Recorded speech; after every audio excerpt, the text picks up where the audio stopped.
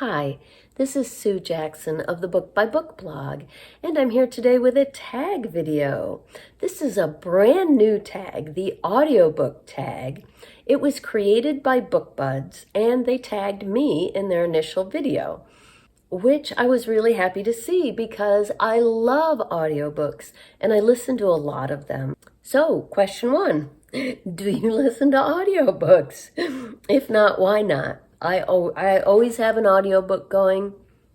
I always have a print book going and an audiobook going all the time. I've just found that it's a way to enjoy more books. And some books are especially special on audio. Question two, has your use of audiobooks changed over time? If so, how? I would say I used to only listen to audiobooks in the car, usually on a road trip with my husband, or back in the day with our kids as well.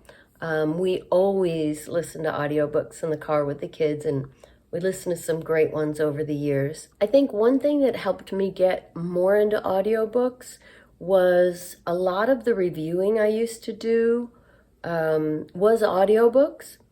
Publishers would, in the old days, actually send an audiobook with CDs. Now they do digital downloads, but over time I just realized it was a way to enjoy more books. Question three, how do you choose which book will be read versus listened to?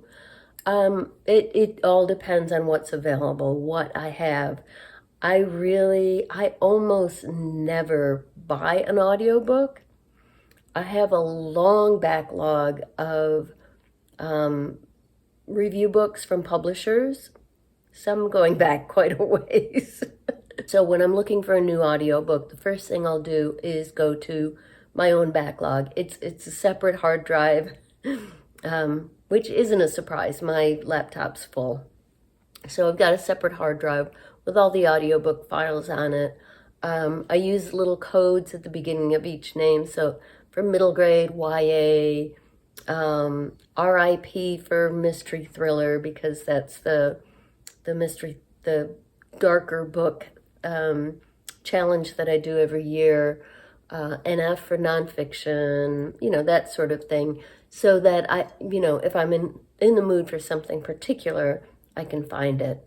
There are times, like this month for Black History Month, I really wanted to read something that was relevant for Black History Month, and so I went through my whole backlist of audios, looked them all up, and just see what they were about, who the characters were, who the author was. If I'm requesting a book for my book group, then very often I will choose audio just because it's easier for me to fit in.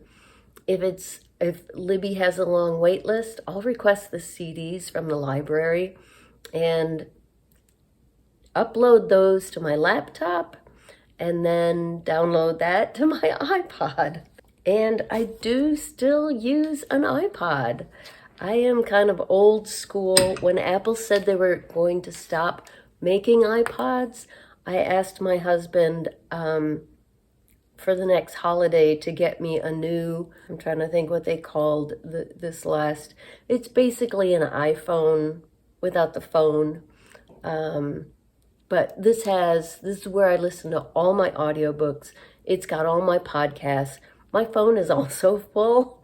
I've got some issues here, much of it having to do with YouTube and so many videos, plus a lot of photos going back 30 years or more. I've got a lot of scanned photos too. So I listen to my podcasts on here as well as audiobooks. Question 4, do you look into narrators before you listen, or do you go in blind? Usually I'm completely unaware of who the narrator is. And I'm not, despite all the audiobooks I listen to, I'm not all that familiar with various narrators, so I go in blind. Question 5, do you multitask while audiobooking? If so, what else do you do? Yes, absolutely. This is what allows me to read more books in the same amount of time. I will have my earbuds in, and usually this is the common sight around my house. I will have one earbud in so that I can still hear if somebody's talking to me.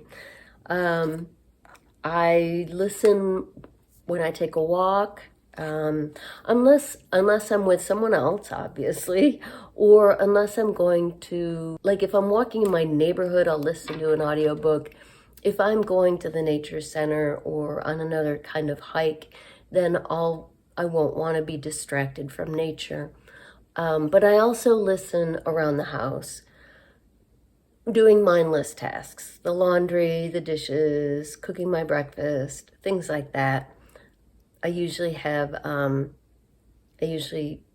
listening to an audiobook, getting ready for bed at night, that kind of thing. Question 6, if you're reading a series and you listened to the first book, would you ever switch to reading a later book in print, or do they now all need to be listened to? Well, first, I don't read a lot of series, and I definitely don't read a lot of series completely. But generally, as I thought about this question, if I have started a series on audio, I do tend to stick to that. Louise Penny's an example. I read book 1 and honestly wasn't all that interested in continuing with the series. And then a publisher offered me, I think it was book 15. And I was like, okay. And I listened to it on audio and really enjoyed it. So since then, I have listened to all of them on audio. And I have a request to Libby right now for her latest, Grey Wolf. Not really a series, but a book with a sequel. I listened to The Cerulean Sea by T.J. Klune on audio. And it was so fabulous on audio that I definitely wanted to listen to book 2 that way. And it actually happened the other way around. The publisher offered me book 2. I had never read book 1, but since they were offering the audio, I listened to the audio of book 1 and was blown away. I'll get back to that in a moment. And Louise Erdrich, her books aren't a series, but I listened to almost all of her books on audio. She narrates many of them herself, with the exception of her latest, Mighty Red, and she is a fabulous narrator of her own work. The voice, the cadence, it's all just perfect. So I do tend to listen to her books on audio. Question 7, what % of the books you're consuming currently are audiobooks? Well, currently, like I said, I always have one in print and one on audio. So that would be a clear 50%. Other than that, I don't read more than one book at a time. But generally, I do keep track of this. And in 2024, 45% of the books I read were audiobooks. So almost 50-50. And a bonus question. Do you have a favorite narrator or a favorite book that you enjoyed in the audiobook format? I have so many. I could do a whole video just on this.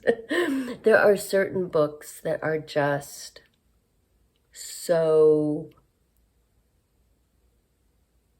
completely immersive on audio, where the narrator just fully embodies the main character.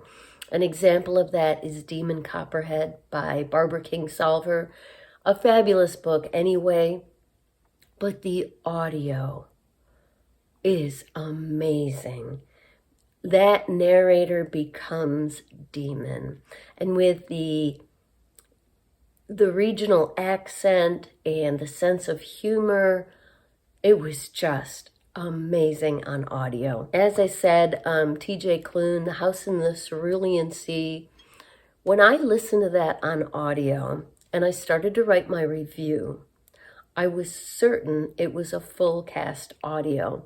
And I actually wrote that into my review. And then I went to look, and it was a single narrator. His name is Daniel Henning. He also narrated the sequel, Somewhere Beyond the Sea. And if you've read the books, you know there is a great diversity of characters there, including magical beings. And he has a completely different voice for each one. None of them sounds like fake or phony. I honestly thought it was a full cast, so he's amazing. As I mentioned, Louise Erdrich does a great job reading her own novels. My favorite is The Sentence. She just completely embodies that main character and does Tookie, and does such a great job with it. Another book with a sense of humor, which she brings across beautifully. I always prefer memoirs on audio. Some of my favorite narrators, Michelle Obama, reading her own memoir, Becoming, was amazing. Still want to read her other one. Every single one of Michael J. Fox's memoirs are incredible on audio, in part because we know him from his decades in movies, and hearing that familiar voice tell you his own story is so powerful. But also, again, he's got such a great sense of humor and brings that across in his books as well. I just recently read Between Two Kingdoms by Suleika Jawad. Outstanding memoir, and she did a great job reading it. So I always like to hear memoirs from the author themselves. And finally, tag some friends. So I am going to tag Randy at the Literate Texan, Talia Nerds Out, and Sui's Book Banter. Now, Talia and Sui, I still owe both of you a tag video. You had tagged me. I still have those on my list, and I will get to them. I just wanted to do this one since it was brand new, and I thought I could fit it in today. But those are my answers, and if I didn't tag you and you're interested in this, please feel free to do this tag. It's a really fun one, and I would love to hear from you in the comments down below. Do you enjoy audiobooks? Do you have any favorite books or narrators? Tell me about it.